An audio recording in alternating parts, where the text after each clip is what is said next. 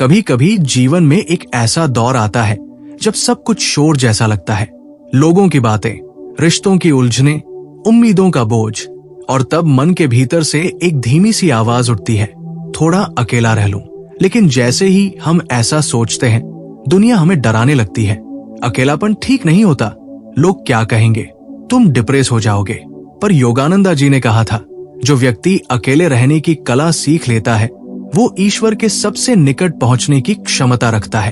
अकेलापन अगर समझदारी से जिया जाए तो वो सजा नहीं बल्कि साधना है। वो पल जब हम दूसरों से नहीं बल्कि अपने सच्चे आत्मा से संवाद करने लगते हैं। हमारा मन हमेशा बाहर भागता है, किसी रिश्ते में, किसी दोस्त में, किसी सोशल मीडिया पोस्ट में, किसी सफलता के पीछे। पर जब ये सब शोर थोड़ा थमता है और हम चुपचाप अकेले बैठते हैं, तब हमें पता चलता है कि भीतर भी एक संसार है जहां शांति है, स्थिरता है और एक ऐसी मधुरता है जो बाहरी दुनिया नहीं दे सकती। यही तो योगानंदा की शिक्षा थी। मनुष्य तब तक अधूरा है जब तक वो अपने भीतर की उपस्थिति को नहीं पहचानता, और ये पहचान अकेलेपन में ही होती है।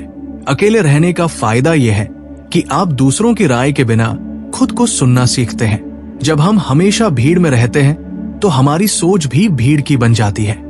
हम वो करने लगते हैं जो सब कर रहे हैं, हम वैसे ही सोचने लगते हैं जैसे सब सोचते हैं। लेकिन जब आप खुद को थोड़ी देर के लिए समाज के शोर से दूर करते हैं, तब आप पहली बार स्वयं को साफ साफ देखते हैं, अपने डर, अपनी इच्छाएं, अपने कर्म, अपनी सच्चाई। और यही स्वयं की पहचान आत्मिक विकास की शुरुआत है।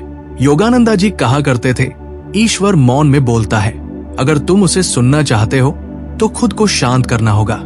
अकेले रहने का अर्थ ये नहीं है कि आप सबको छोड़ दे या दुनिया से कट जाए।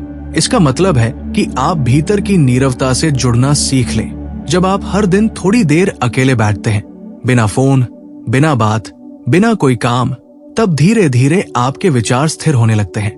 और जब विचार स्थिर होते हैं, तब आत्मा की आवाज सुनाई देती है। वो आवाज जो कहती है, तुम्हें डरने की जरूरत नहीं है, सब ठीक होगा, तुम भीतर से मजबूत हो। अकेले रहना आत्मनिर्भरता सिखाता है। जब कोई आपके पास नहीं होता, तब आप खुद के सहारे बनते हैं। शुरुआत में ये कठिन लगता है, मन घबराता है, खालीपन महसूस होता है। पर जैसे जैसे आप इस एकांत के साथ सहज होते जाते हैं, आप महसूस करते हैं कि आपके भीतर कितनी शक्ति है। आपको किसी की पुष्टि की जरूरत नहीं रहती, किसी की तारीफ की चाह नहीं रहती, किसी की उपस्थिति का डर नहीं रहता।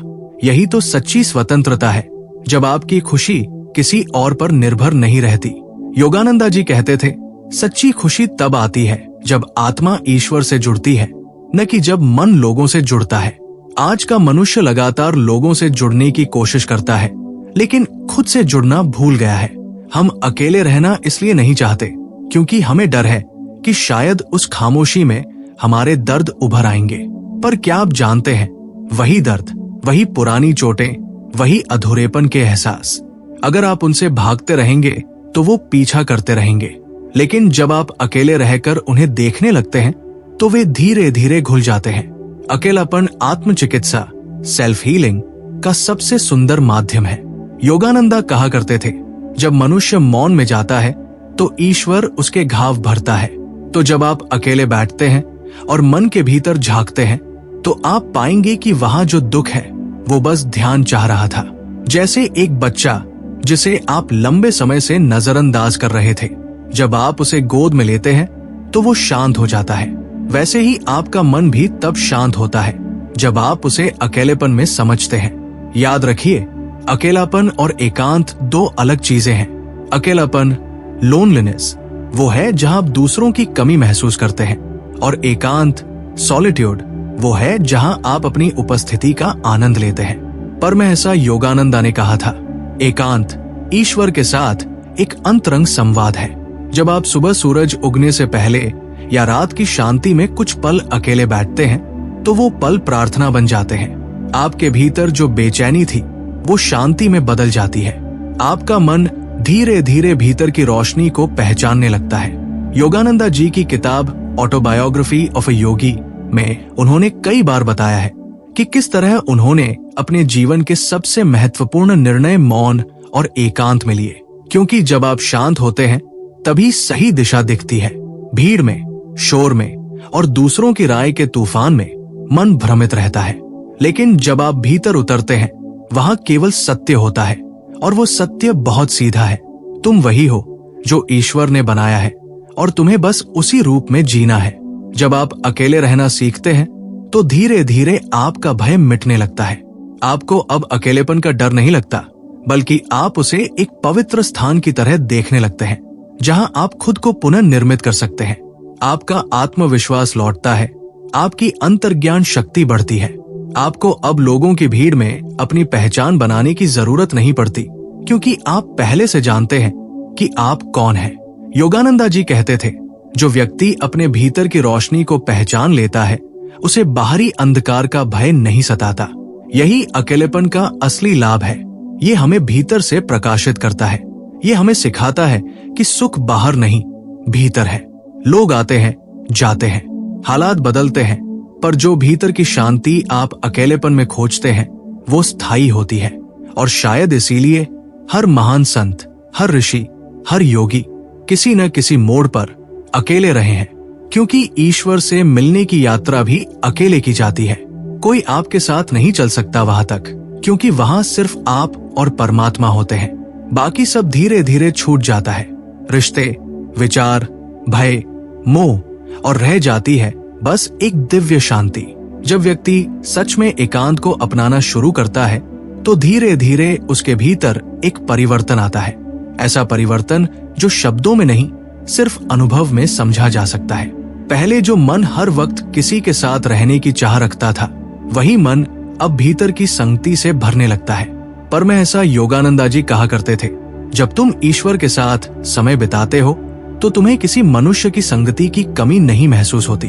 ये वाक्य तब समझ आता है जब आप वास्तव में अपने भीतर उस शांति को महसूस करते हैं, जो किसी बाहरी वस्तु, व्यक्ति या स्थिति से नहीं आती। धीरे धीरे आपकी चेतना बदलने लगती है। आप हर चीज को एक नई दृष्टि से देखना शुरू करते हैं। पहले जहां मन दूसरों की गलतियां ढूंढता था, अब वही मन दया से भर जाता है। पहले जहां जीवन की समस्याएं भारी लगती थी, अब आप उन्हें एक दर्शक की तरह देखने लगते हैं, क्योंकि अब आपके भीतर एक ऐसी गहराई बन गई है जहां तक दुनिया के तूफान नहीं पहुंच पाते। और यही अकेलेपन का सबसे बड़ा वरदान है, अंतर्मन की स्थिरता। योगानंदा जी के शब्दों में, जिसने भीतर की शांति पाली उसने संसार को जीत लिया, क्योंकि जब भीतर शांति है तब बाहरी परिस्थिति आपको हिला नहीं सकती।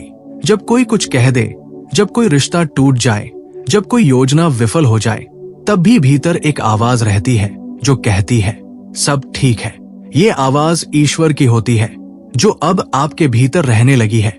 आप अकेले नहीं हैं, क्योंकि आपका हर श्वास अब परमात्मा की उपस्थिति का अनुभव कर रहा है। अकेले रहने का फायदा सिर्फ मानसिक नहीं, आध्यात्मिक भी है। ये आपकी ध्यान साधना को गहराई देता है। जब आप किसी कमरे में चुपचाप बैठते हैं और मन को भीतर मोड़ते हैं, तो शुरू में वो इधर उधर भटकता है। कभी पुराने विचार आते हैं, कभी चिंता, कभी यादें। लेकिन जैसे जैसे आप प्रतिदिन अभ्यास करते हैं, मन स्थिर होने लगता है। और जब मन स्थिर होता है तब आत्मा की ज्योति प्रकट होती है। योगानंदा जी ने कहा था, meditation is the science of God contact. और ये गॉड कॉन्टैक्ट अकेलेपन में ही संभव है, क्योंकि जब तक मन बाहर दौड़ता रहेगा तब तक आप भीतर की आवाज नहीं सुन पाएंगे। आप देखिए, सभी महान आत्माएं, चाहे वे बुद्ध हों, यीशु हों या योगानंद जी स्वयं, सबने किसी न किसी समय एकांत को अपनाया। बुद्ध जंगल में गए, यीशु पहाड़ों पर गए, योगानंद जी ध्यान की नीरवता में गए, क्योंकि ईश्वर की आवाज शोर में नहीं, मौन में आती है। और जब व्यक्ति इस मौन को जीना सीख लेता है, तब उसका हर कार्य ध्यान बन जाता है। खाना खाना, चलना, बोलना सब एक साधना बन जाता है। योगानंदा जी कहते थे, practice the presence of God in everything you do. इसका अर्थ यह है कि जब आप भीतर की शांति से जुड़ते हैं तो फिर आप अकेले होकर भी अकेले नहीं होते। आपको महसूस होता है कि कोई शक्ति हर पल आपके साथ है। जब आप थकते हैं वो आपको संभालती है, जब आप गिरते हैं वो आपको उठाती है, जब आप डरते हैं वो आपके भीतर साहस जगाती है। यही है ईश्वर का साक्षात्कार। और इसका द्वार अकेलेपन से खुलता है। धीरे धीरे ये एकांत आपको दूसरों से भागना नहीं सिखाता, बल्कि दूसरों से प्रेम करना सिखाता है। एक सच्चा प्रेम जिसमें अपेक्षा नहीं होती, अधिकार नहीं होता, क्योंकि अब आप भीतर से पूर्ण हैं। आप अब किसी से कुछ लेने नहीं, बल्कि देने के लिए जुड़ते हैं। आपके शब्दों में प्रेम होता है, आपकी उपस्थिति में शांति होती है। लोग आपके पास आकर सहज महसूस करते हैं, क्योंकि आपके भीतर अब वो दिव्यता सक्रिय है जो हर हृदय में सोई हुई है। और यही जीवन का सबसे सुंदर रूप है, जब व्यक्ति बाहर से मौन और भीतर से आलोकित हो जाता है। अब उसे भीड़ में अपनी जगह साबित करने की जरूरत नहीं होती। अब उसे किसी को ये बताने की आवश्यकता नहीं कि वो कौन है, क्योंकि उसने खुद को जान लिया है। परमहंस योगानंदा जी ने कहा था, be calmly active and actively काम, यानी बाहर के कार्यों में लगे रहो, लेकिन भीतर से हमेशा शांत रहो। और ये संतुलन तभी आता है जब आपने अकेलेपन को मित्र बना लिया हो। अकेलेपन का सबसे बड़ा लाभ यह है कि ये हमें भीतर की ऊर्जा का स्रोत दिखाता है। लोग अक्सर सोचते हैं कि ऊर्जा दूसरों से मिलती है, प्रेरणा, समर्थन, साथ, पर सच्चाई यह है कि सबसे गहरी ऊर्जा भीतर से उठती है। जब आप ध्यान में जाते हैं, जब आप मौन में जाते हैं, जब आप प्रकृति के बीच चुपचाप बैठते हैं, तब आप उस ऊर्जा को महसूस करते हैं। वो कोई बाहरी रोशनी नहीं होती, बल्कि आपके भीतर का ईश्वर ही है जो आपको नई शक्ति दे रहा होता है। योगानंदा जी कहा करते थे, When you are alone with God, you are with the most powerful company in the universe. सोचिए, क्या ये सच नहीं है? जब आप ईश्वर के साथ बैठते हैं, तो कौन सी शक्ति है जो आपको तोड़ सकती है? कौन सा भय है जो आपको रोक सकता है? कौन सा दुख है जो आपको स्थायी रूप से गिरा सकता है? आप अब सिर्फ मनुष्य नहीं रहते, आप ईश्वरीय चेतना से जुड़ जाते हैं। एकांत में व्यक्ति का अहंकार पिघलता है। जब कोई देखने वाला नहीं होता, कोई सराहने वाला नहीं होता, कोई जज करने वाला नहीं होता, तब आप सच्चे हो जाते हैं। आपका दिखावा गिर जाता है और जो बचता है वो है आपकी सच्ची आत्मा, वही आत्मा जो ईश्वर का अंश है। और जब आप इसे महसूस करते हैं तो जीवन का हर दुख, हर भय, हर असुरक्षा गायब हो जाती है। अब केवल प्रेम रहता है, निर्मल, निस्वार्थ और शाश्वत प्रेम। अकेले रहना दरअसल एक आध्यात्मिक अनुशासन है।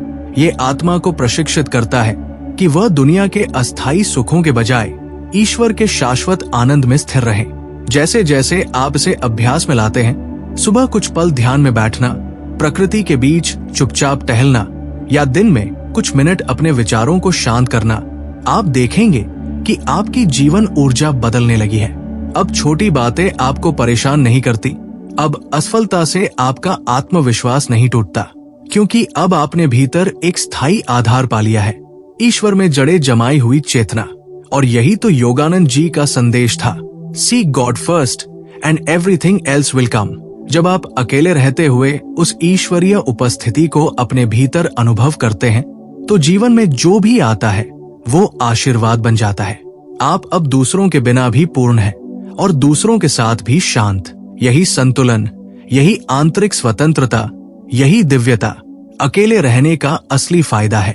दोस्तों, अकेले रहना भागना नहीं है, ये तो अपने भीतर लौट आने की एक यात्रा है। जब आप भीतर के मौन से मिलते हैं, तो दुनिया का हर शोर अपने आप शांत हो जाता है। अब बाहरी रिश्तों पर नहीं, आपका जुड़ाव अपने स्वयं से होता है, उस परमात्मा से जो सदा आपके भीतर है। परमहंस योगानंदा जी कहते थे, जब तुम अकेले होकर ईश्वर के साथ बैठते हो, तब तुम ब्रह्मांड की सबसे शक्तिशाली संगति में होते हो।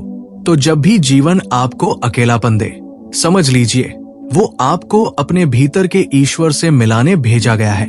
हर दिन कुछ पल अपने लिए रखिए, चुप रहिए, अपने श्वास की ध्वनि सुनिए। आप पाएंगे अकेलापन नहीं, एक अनंत शांति आपके भीतर बसती है। अगर आज का वीडियो आपके हृदय को छू गया, तो इसे दूसरों के साथ जरूर साझा करें, क्योंकि जब कोई आत्मा भीतर की ओर लौटती है, तो पूरा संसार थोड़ा और प्रकाशमान हो जाता है। जय गुरु।